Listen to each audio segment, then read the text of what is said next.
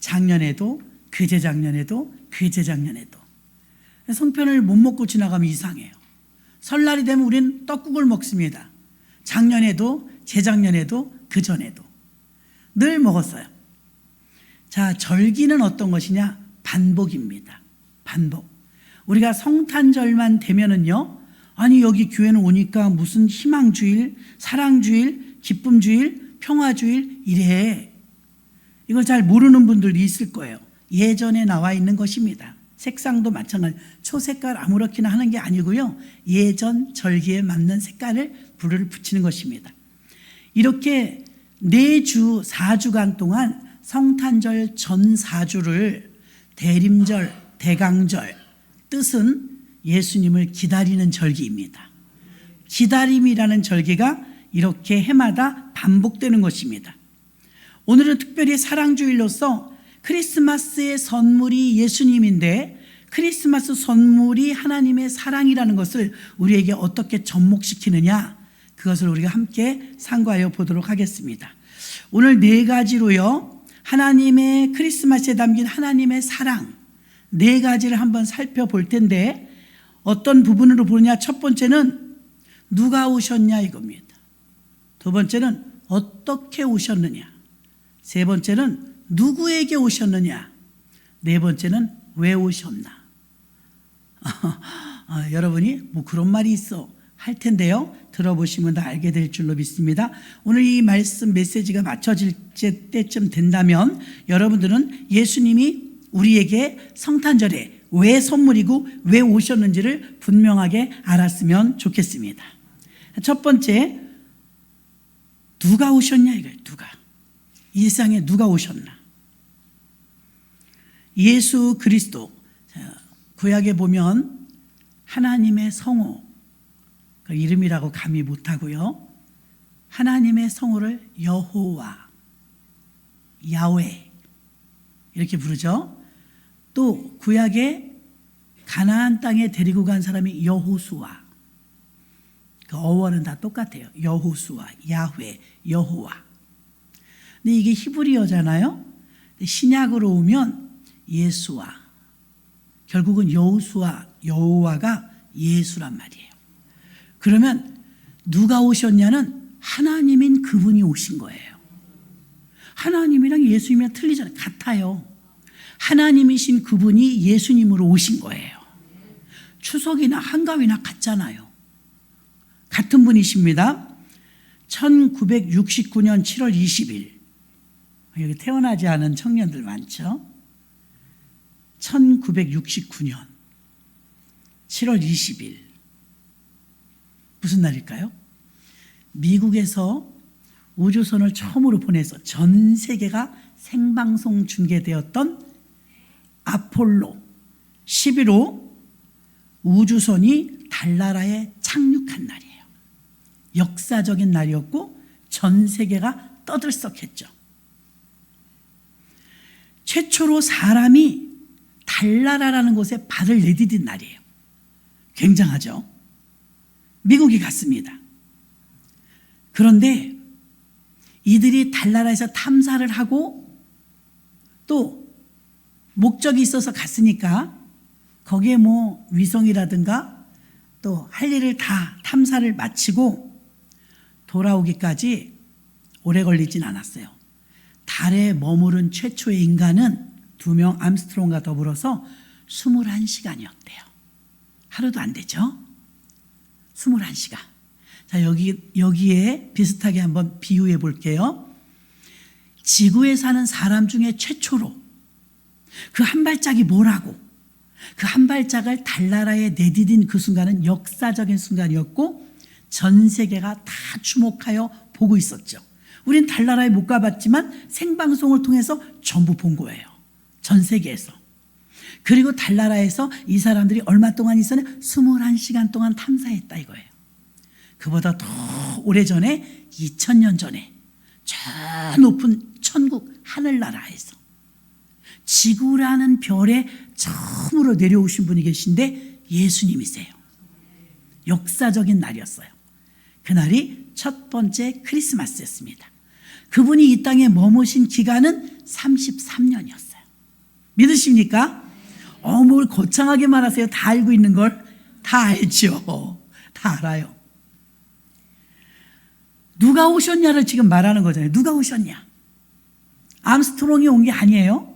달나라에 가서 21시간 있었어요. 예수님께서 이 땅에 이 아름다운 초록별 지구에 오셔서 33년을 계셨어요.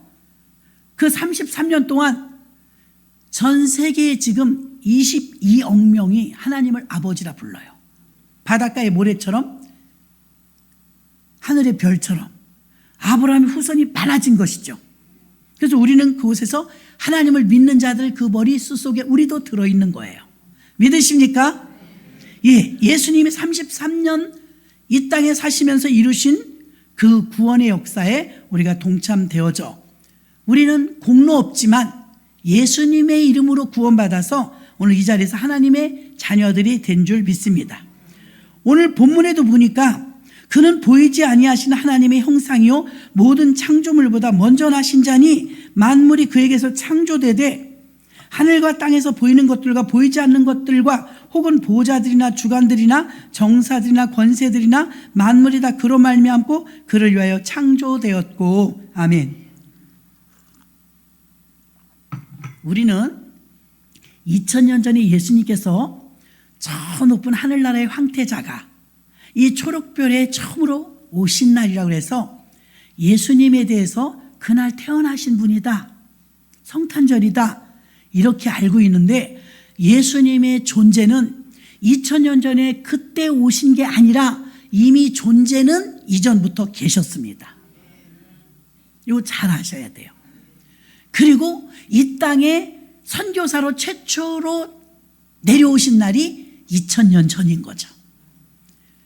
지금 우리가 읽은 본문의 말씀처럼 보이지 않고 또 모든 창조물보다 먼저 나신 자니 오늘 본문에 그 예전에 계셨던 분, 그 2000년보다 더 오래전에 계셨던 분인데 존재가 계셨는데 창세기 1장과 2장에 보면 창조 사역이 나와요. 창조하시는데 우리가 우리의 형상을 따라 이러면서 사람도 만들고 우주 만물도 만들고 6일 동안 다 창조를 완성하셨어요. 여기에 하나님이 내가 하나님이 이렇게 단수를 쓰지 않고 우리가 복수를 썼어요. 자, 복수를 썼을 땐 2명 이상이죠. 그럼 성부와 성자와 성령이 창조 사역에 함께 하셨다는 것입니다. 함께. 그러니까 예수님이 성탄절날 오셨다고 하니까 그때 막 태어나셔서 생겨난 분이 아니라 그분은 그 이전부터 이미 창조 사역에 함께 하셨던 분이요 오래전부터 계셨던 하나님이십니다. 그분이 이 땅에 우리를 살려주시려는 목적을 가지고 오신 날이 성탄절이라 이 말입니다. 성경은 예수님께서 이 세상을 창조하셨다고 증거하고 있고요, 예수님의 존재는 베들레헴 마구간에서 태어나셨지만 크리스마스가 존재의 시작은 아니고 하나님이신 그분이 존재가 계셨지만 이 땅에 오신 날이 크리스마스입니다. 사도 바울이 지금 전 세계에서 신학 공부를 하는 모든 분들은요 바울신학 과목을 거치지 않은 분이 없어요. 바울신학 위대하죠. 바울은요 복음을 증거하러 다닐 때 바울신학을 만든 적이 없어요. 바울신학이라는 말을 쓴 적도 없어요. 예수님도 마찬가지입니다. 우리가 예수님을 부를 때 선한 목자요 우리의 생명의 주요 말하지만 예수님은 한 번도 당신이 선한 일을 하러 오셨다고 말하지 않았어요. 아멘. 예, 선한 착한 일을 하려고 오신 건 아니란 말입니다. 그분이 오신 목적이 하나님이 우리 모두를 사랑하시기 때문에 이 세상의 모든 질고를 짊어지셨고 죄로 인하여 방황하는 우리들을 이 땅에 친히 오셔서 우리를 건지시고 살려주시려고 하나님의 그 숭고한 사랑으로 이 땅에 오셨는데 이 세상에서 하나님의 사랑을 가장 많이 닮은 게 어머니의 사랑이라고 그래요. 어머니의 사랑. 그러나 어머니의 사랑을 숭고한 사랑이라고 한다면 하나님 아버지께서 친히 십자가를 지신 이 사랑은 아가페 사랑, 희생적인 사랑입니다. 십자가 자체가 사랑이에요. 그래서 4가지를 말씀해. 누가 오셨냐? 하나님이신 예수 그분이 오셨는데 그날 오셔서 그날 태어나신 게 아니라 존재는 이전부터 계셨고 이 땅에 오신 날이 성탄절이다.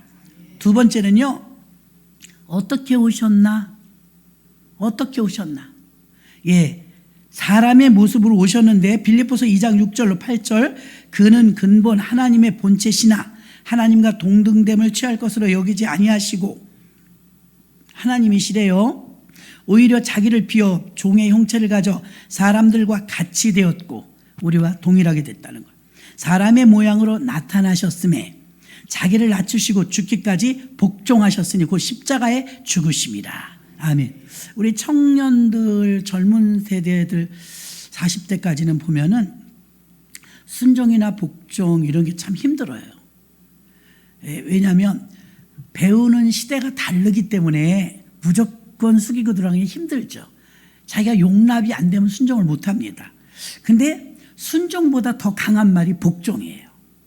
군대에서나 쓰는 말이죠. 복종. 근데 여기 복종이라고 그랬어요. 본문에. 지금 우리가 읽었죠? 7절, 빌립보서 2장 7절. 자기를 낮추시고 죽기까지 복종하셨으니 그 십자가에 죽으시며. 죽는데 복종을 해요? 사람들은 반항하죠. 거부하죠.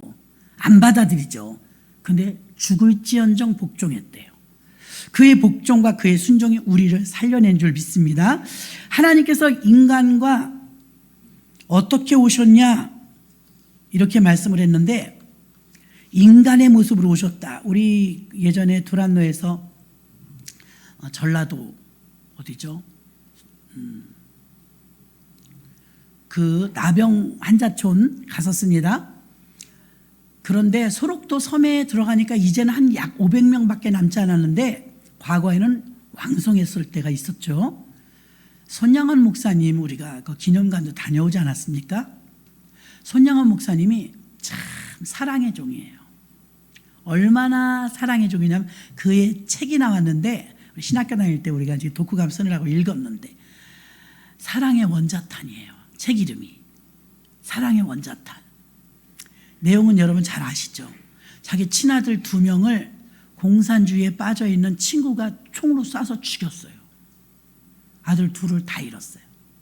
근데 얼마나 이게 하나님의 사랑과 비슷하냐면 자기 친아들을 2명을 총으로 쏴서 죽인 공산주의자를 양아들 삶아요. 양아들 삶았는데 그 양아들 삶은 그분이 지금 목사님 되셨거든요. 근데 제가 아는 목사님네 교회 그 양아들 삼은 목사님의 아들이 또 선교사님이래요.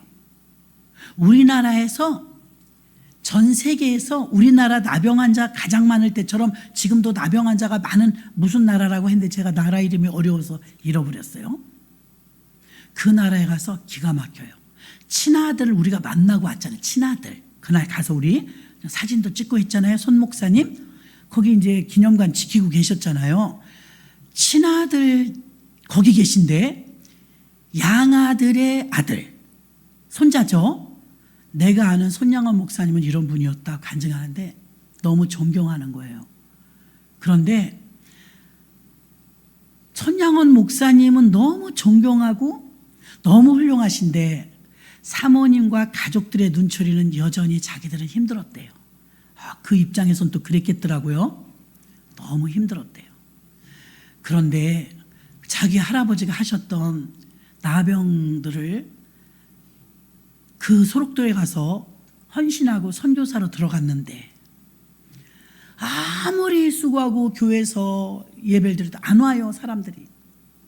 신방을 다니고 사랑을 베풀고 도와드리고 그래도 냉랭하더래요.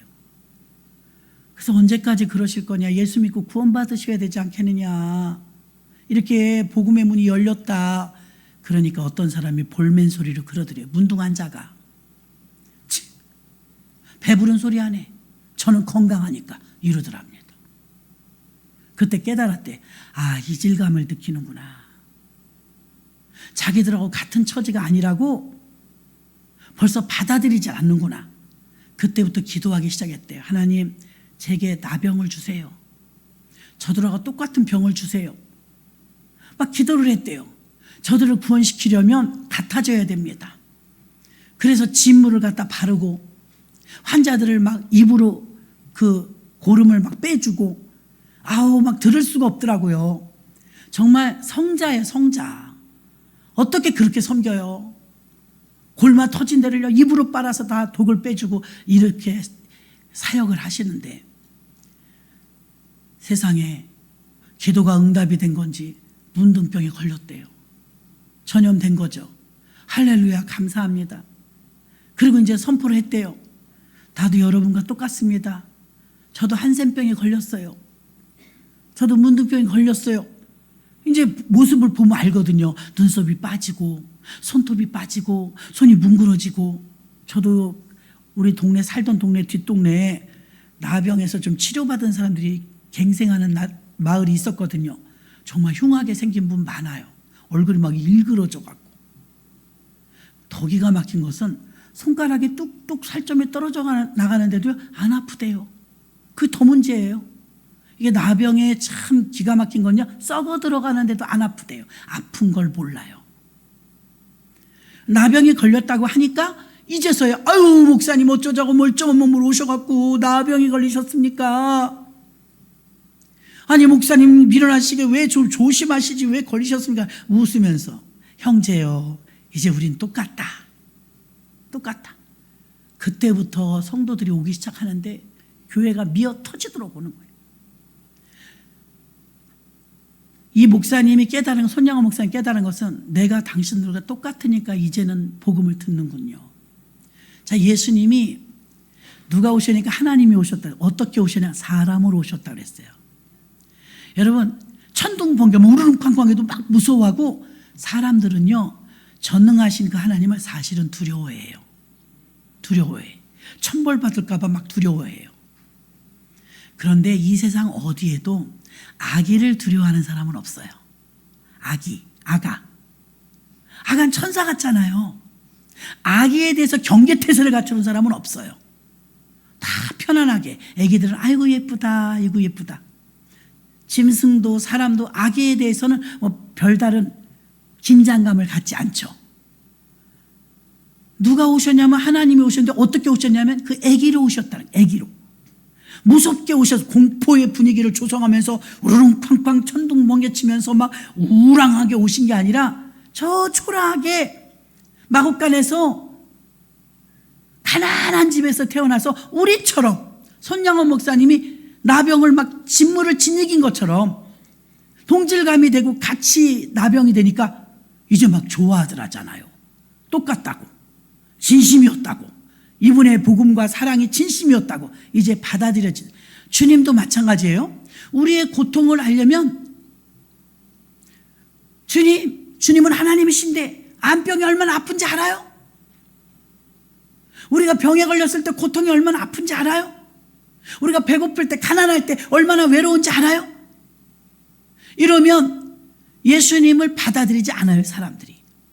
주님은 손양원 목사님의 그 생각처럼 우리가 주님을 아무 거부 반응 없이 편안히 받을 수 있도록 사람으로 오셨고, 고통도 똑같이 느끼고, 배고픈 것도 똑같이 느끼고, 아픈 것도 똑같이 느끼고, 외로움도 똑같이 느끼는 우리와 같은 인간으로 오셨습니다.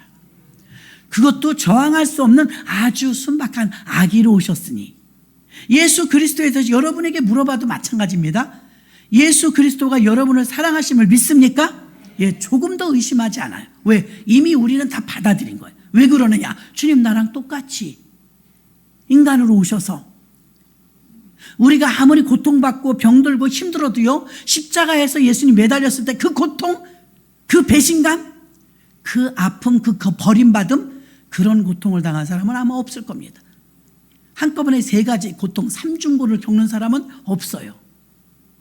한두 사람에게 배신당하지 12제자 전부한테 배신당하는 그런 한나라시의 그런 일은 없어요.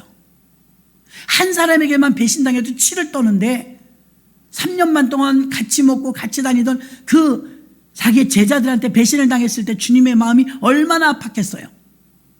우리와 똑같은 인성을 가지신 철저한 인간으로 오신 줄 믿습니다.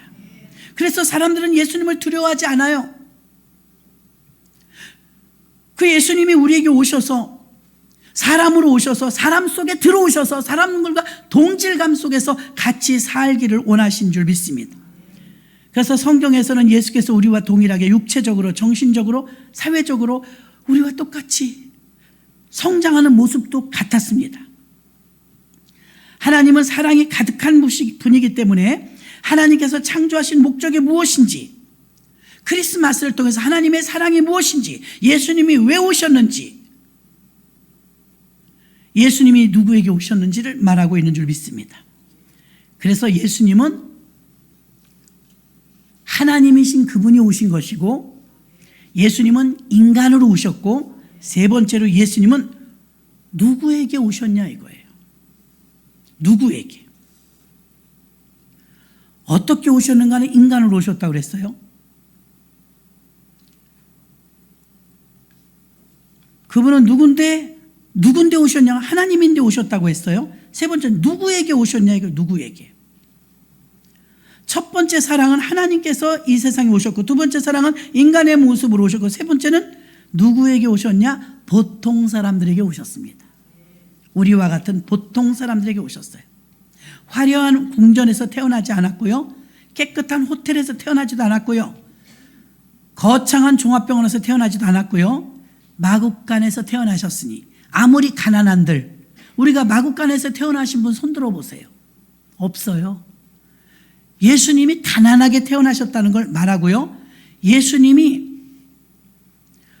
누구를 위해서 오셨느냐? 우리 보통 사람들을 위해서 오셨는데, 예수님이 마국간에서 강보에 쌓여서 계실 때 예수님을 처음 방문한 사람들은 종교 지도자들이 아니었어요. 귀족들도 아니었어요. 정치인들도 아니었습니다.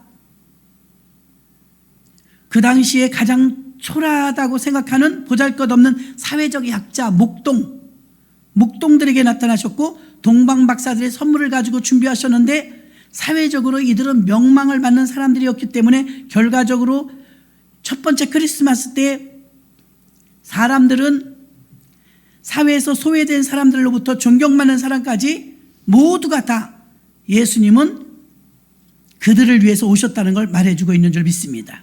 자, 요한복음 1장 14절에 말씀이 육신이 되어 우리 가운데 거하심에, 구약에서는요 메시아가 오신다고 예언되어 있거든요. 메시아는 신약에 나오는 그리스도 같은 말입니다. 기름 부음 받은 자, 이런 뜻인데, 구약에서는요 약속이 되어 있어요.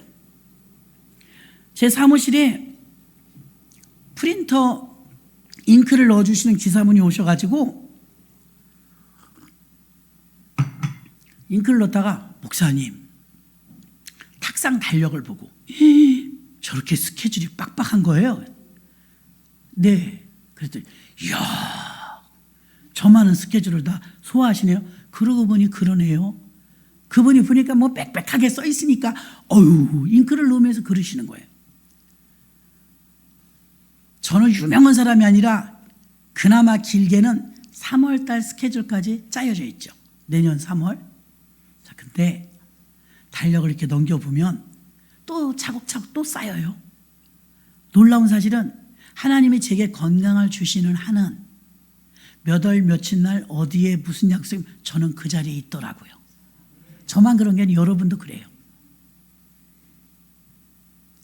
예수님은 구약에 오신다 스케줄에 들어있었어요. 2000년 전에 오시기로 4000년 전에 약속하신 거예요. 그런데 말씀으로만 약속하셨던 그분이, 저도 지금부터 앞으로 스케줄은 약속만 잡는 거잖아요. 그런데 구약에서 약속하셨던 메시아가 신약에 오늘 지금 읽었던 말씀이 육신이 되어, 요한복음 1장 14절, 뚜벅뚜벅 걸어서 예수님이 나타나셨어요. 스케줄에 의해서 오신 것입니다. 그럼 예수님은 약속하셨기 때문에 오시는 거고, 저도 약속했기 때문에 별다른 일이 없다면 거기에 가 있을 거예요. 여러분도 마찬가지, 결혼식장에 약속되어 있으면 거기 가 있을 거예요.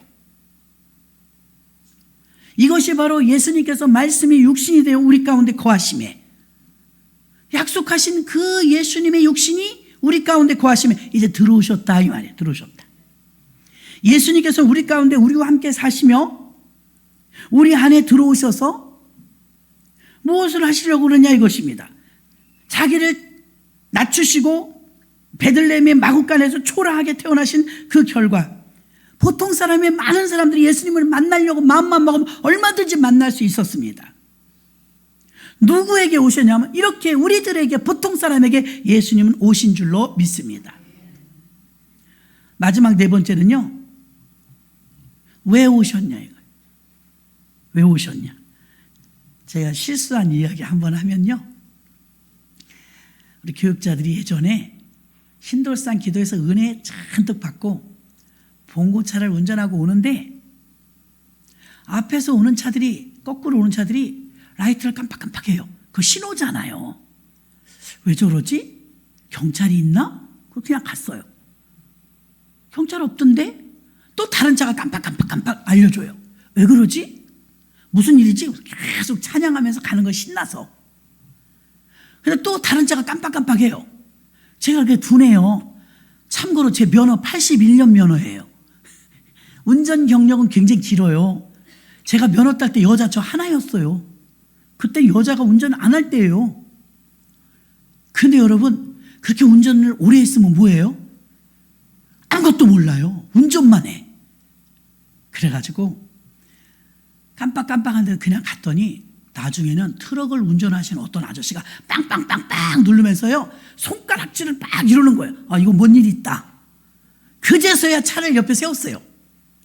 어라 세우고 내려서 우리 셋이서 내려서 봤더니 바퀴가 너덜너덜 타이어가 빵꾸난 정도가 아니고 다 찢어져갖고 너덜너덜하고 쇠로 오는 거예요. 쇠. 그 속에 다 까진 쇠.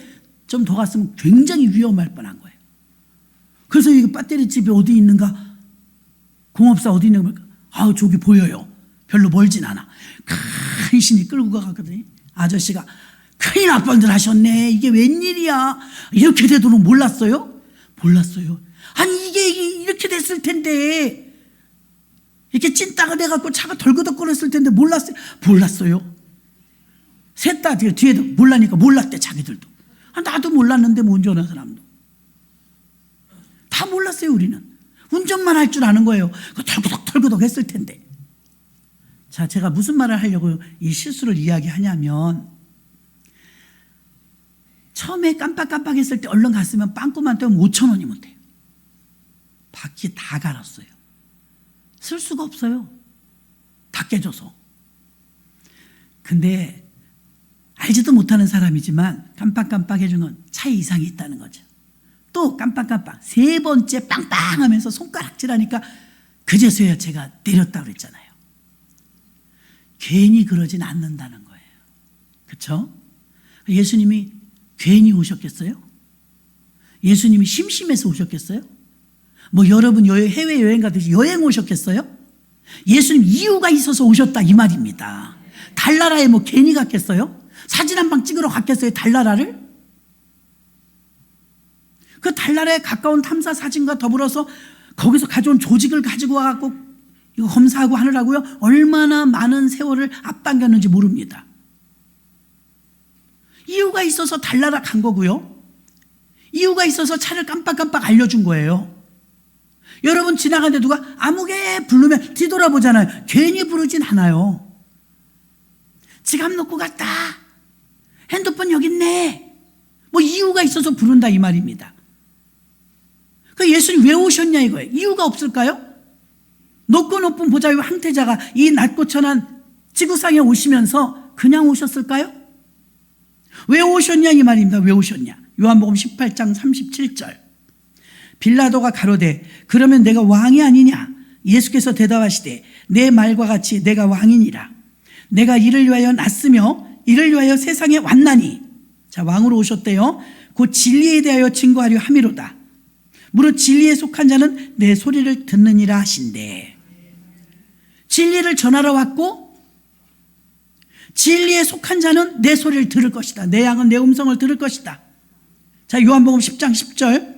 도적이 오는 것은 도둑질하고 죽이고 멸망시키는 것뿐이요. 도둑도 오는데 이유가 있어요. 도둑질하러 오는 거예요.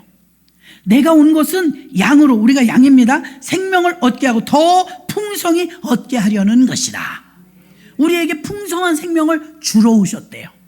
요한복음 12장 47절. 사람이 내 말을 듣고 지키지 아니할지라도 내가 저를 심판하지 아니하노라.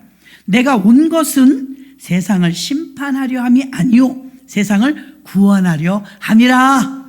아멘. 왜 오셨어요? 구원하러. 왜 오셔서 진리를 알려주시려고. 왜 오셨어요? 생명 주시려고 오셨습니다. 이런 분명한 이유가 있게 오셨다는 것입니다. 성경 말씀에 예수께서는 진리와 생명 그리고 우리를 구원하기 위해서 이 땅에 오셨다고 분명하게 말씀하고 있는 줄로 믿습니다. 예수님은 진리를 알리기 위해서 오셨고요. 이 진리는 우리 자신을 아는 진리. 제일 가깝은 사람이 유리를 보면요, 밖이 잘 보여요. 유리 뒤에 딱 막으면요, 내가 보여요. 이건 두 가지 의미로 쓰임받습니다. 좋은 의미로 쓰임받으면 밖에 보이는 것은 넓게 볼 수 있으니까 좋아요. 또 하나는 뒤를 막는다는 것은 자신을 볼 수 있으니까 좋아요. 근데 이 사람이 거꾸로 할 때가 있습니다. 콱 막혀갖고 자기만 보는 사람은 자기밖에 모르죠. 근데 진정으로 자기를 봐야 될 때 자기를 몰라요. 자기를 정말 모릅니다. 자신에 대해서 몰라요. 예수님이 진리라는 사실을 알려주시는데 하나님에 대한 진리요, 인생에 대한 진리요, 생명에 대한 진리로, 진리란 없어지지 않는 게 진리예요. 마이크, 꽃 다 없어질 거예요. 저도 없어질 거예요. 그러나 제가 선포했던 말씀은 영원할 거예요. 왜 그러냐? 진리니까. 교회도 영원해요. 진리니까. 우리는 무엇이 진리이냐? 하나님은 당신이 중요한 존재라는 사실을 말해주고 있습니다. 하나님께서 목적을 가지고 우리를 창조하셨기 때문에 우리를 창조하신 주님께서는 우리에게 생명을 넣어주시고, 우리가 그 어떤 중환자실 같은 데 가면 숨은 깔딱깔딱 쉬는데 꼼짝 못 하시는 분들이 계세요. 의식도 없고 살아있는 분이긴 해요. 그분의 생명은 생명력은 없습니다. 그냥 존재로서 생존만 하고 있을 뿐이에요. 생존. 하나님이 우리에게 복음을 주신 이유는요, 생존만 하라는 게 아닙니다. 깔딱깔딱 하면서 간신히 사는 게 아닙니다. 하나님이 우리에게 오신 이유는요, 저는 오늘 새벽 예배 끝나고 정말 은혜를 받은 게 뭐냐면, 문득 그냥 말씀을 묵상하면서 준비하면서 기도를 하는데, 우리가 달나라를 찾아간 게 아니고요, 우리가 주님을 만나러 교회를, 또 사람을 통해서 주님을 만나려고 우리가 찾아간 게 아니고요, 주님이 마구간으로 오셔서 만나주신 것처럼 주님이 내게 찾아오셨다는 거예요. 그럼 막 가슴이 울컹하면서, 주님 정말 긴박해요. 우리 사랑하는 모든 성도님들, 아이들도 있고 청년도 있고 노인도 있고, 우리 모든 성도님들이 그냥 스치는 성탄절이 되면 안 됩니다. 그 옛날에도 몇 명밖에 성탄절을 맞이하지 못했거든요. 주님을 정말 만나야 되는데 주님이 만나주세요. 주님이 좀 만나주세요. 한 번도 스쳐 지나가는 성탄절로 지내지 않고 정말 빈 방을 준비하듯이 주님께 주목하면서 주님이 찾아오시는 걸 느끼게 해주세요. 그 사랑을 느끼게 해주세요. 와, 주님이 내게 찾아오셨구나. 이게 얼마나 감격인지 알았으면 좋겠습니다. 예수님께서는 나를 구원하기 위해서 오셨습니다. 내가 찾아간 게 아니에요. 부탁하러 간 게 아니에요. 주님이 내게 오신 게 큰 사건입니다. 이게 모를 땐 모르는데 깨달으면 깨달을수록 감사하고 벅찹니다. 주님이 내게 찾아오신 것이죠. 이것이 바로, 이 사건이 바로 첫 번째 크리스마스인 것입니다. 이 선물이 바로 크리스마스의 선물이 예수 그리스도가 우리에게 오신 것이 가장 큰 선물인 줄로 믿습니다. 세상 사람들을 향한 하나님의 사랑을 선물로 가지고 내려왔는데, 여러분이 선물을 잔뜩 받고, 우리 저 홀에 선물이 지금 많죠? 받고 싶죠? 내세요. 한 점씩을 내세요. 자, 선물이 지금 일찍 가지고 오신 분은 일주일쯤 됐을 거예요. 저 선물이 지금 뜯어보지 않았어요. 여러분은 저보다 더 많은 선물을 받으셨는데 안 뜯어. 평생 가도 안 뜯어. 왜 안 열어봐요? 주님의 사랑을 가지고 오셨다니까요. 생명을 가지고 오셨다니까요. 50 넘은 노총각을 여자를 하나 소개해 주려니까 왜 이렇게 힘들어요? 옛날에 우리나라 속담에 그런 게 있대. 막내딸 시집 보내는 내가 간다고. 말귀도 잘 못 알아듣고요. 어떻게 해서 간신히 밀어놓고 둘이 두고 나면 금방 쫓아나와. 그 왜 그러냐 그러니까요. 노총각님 하시는 말씀이요. 둘이 못 있겠대요. 둘이 못 있으면 장가를 못 가지. 그러면 셋이 있나? 너무 쑥스럽대요. 그럴 수 있죠. 왜 그래요? 교제를 안 해본 거예요. 제가 아는 이 총각은 아마 직접 물어보진 않는데 한 번도 여자를 교제해 본 적이 없는 것 같아요. 그 우리 지금 몇 명만 알고 있는데 답답해요. 그런데요, 둘이 못 있겠대요. 보통 고민이 아닙니다. 여자랑 둘이 못 있으면 어떻게 결혼해요?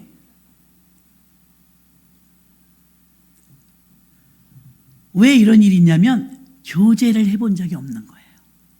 여러분, 교회를 수십 년 다니는데 주님이랑 둘이 못 있어. 못 있는 분. 주님하고 둘이 못 있는 분 많아요. 아우, 시간도 안 가고요. 아우, 너무 힘들어요. 불편해. 힘들어. 연애 잘하시는 분들 둘이 있으면, 제가 이런 표현에서 죄송하지만 신혼여행 외국으로 가든 국내로 가든 아무 상관없어요. 왜요? 둘이 있으면 돼. 맞아요, 안 맞아요? 맞아요.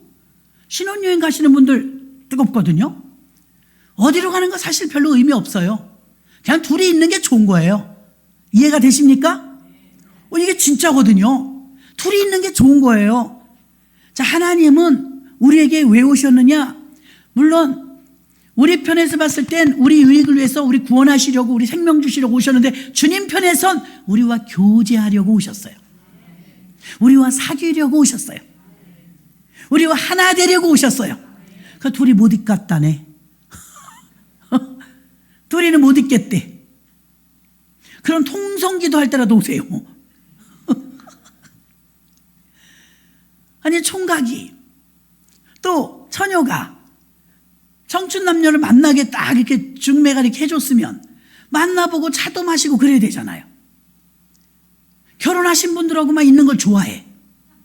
힘들어요. 그러면 왜 그런가 보니까 제가 그분을 그 왜 그러냐 하니까 다른 분을 통해서 들으니까 자신이 없어요. 그러더래. 그 말이 맞다. 왜 자신이 없어요? 교제해 본 적이 없어요. 그러니까 두려운 거예요. 어떻게 해야 될지 모르는 거예요. 연애 많이 해보신 분은요, 너무 재밌는 거야. 시간이 너무 빨리 가는 거야. 둘이 있으면 너무 좋은 거야. 그래서 결혼하는 거예요. 왜 결혼해요? 연애할 때가 더 짜릿한데? 그 이유는요, 너무 좋으니까 헤어지기 싫은 거예요. 그래서 결혼하는 거예요. 믿으십니까? 같이 있으면 너무 좋은 거예요. 그래서 계속 같이 있으려고 결혼하는 거예요. 근데 싸우죠? 좀 살다 보면. 여러분, 우리는 예수 그리스도가 우리에게 오셔서 우리 구원시켜 주시고 생명 주시고 진리를 주시며 우리의 모든 생과 사를 책임지시는데 단 주님이 우리와 교제하자는 거예요. 사귀자는 거예요. 친구가 되자는 거예요. 주님 우리를 그렇게 사랑하세요. 근데 막 도망가. 우리는 둘이 못 있겠어요. 둘이 있으면 쑥스러워요. 주님이 말씀하시면 이럴 거예요. 너는 나에게 너무나 귀중한 존재야. 나는 너의 인생과 목적과 계획도 다 지켜줄 수 있어. 나는 너의 죄를 위해서 내가 사람의 모습으로 와서 너 대신 죽어줄 수도 있어. 너는 나를 믿고 따르라. 그리고 너는 나와 친구가 되련? 그리고 너의 남은 인생 나와 함께 할래? 이렇게 지금 이 엄청난 선물을 가지고 오셨는데 안 뜯어봐. 이 사랑을 가지고 예수님께서 크리스마스에 오셨는데 안 열어보는 거예요. 오늘 여러분을 향한 이 귀한 성탄 선물을 받으시지 않으렵니까? 예수님을 받아들이셔서 성탄의 기쁨을 예수님과 함께 하시길 바랍니다. 주님이 곧 도착하실 것입니다. 또 성탄절이 다가오고 있을 때 기다리고 있지 않습니까? 주님, 저에게도 오세요. 저도 만나주세요. 저도 스치는 성탄절 싫습니다. 주님 만나고 주님과 동행하는 성탄절이 되게 하여 주시옵소서. 말씀을 정리합니다. 첫 번째, 성탄이 왜 사랑이냐? 하나님이신 그분이 이 땅에 오셨다는 거예요. 두 번째, 성탄이 왜 사랑이냐? 하나님께서 사람의 모습으로 오셨다는 거예요. 세 번째, 왜 성탄이 사랑이냐? 하나님께서 우리들 보통 사람들을 위해서 오셨다는 거예요. 네 번째, 왜 성탄이 사랑이냐? 하나님께서 우리를 위해서 교제하려고, 살려주시려고, 구원시키려 오셨다는 거예요. 놀라운 일입니다. 이렇게 하나님께서는 우리들에게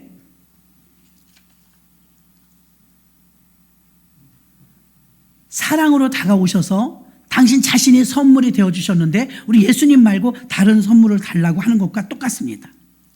첫 번째 크리스마스 때부터 우리는 이 세상에 주님이 누가 오셨는가를 알 때, 성탄절 누가 오셨냐면 하나님이신 그분이 예수님으로 오신 것입니다.